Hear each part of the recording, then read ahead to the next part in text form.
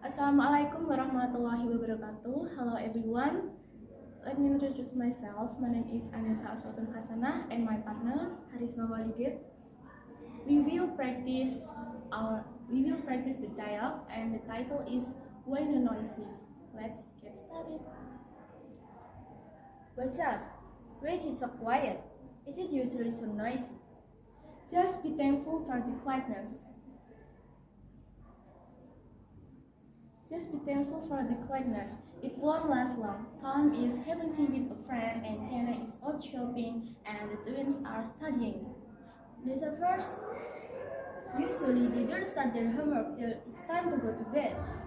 They have a long essay to be handed in tomorrow. If it lasts, they will be given another one to do as well. Their new teacher, quiet street. Quieter too. It's beyond me. How anyone could bear to try to teach English literature to a bunch teenager. I certainly couldn't do it. Teaching certainly not my cup of tea.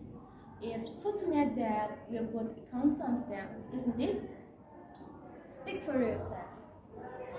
After the day I've had, I'm not sure I want to be an accountant either. All my clients have left it till the possible moment to send me the information for their tax returns. So what's new?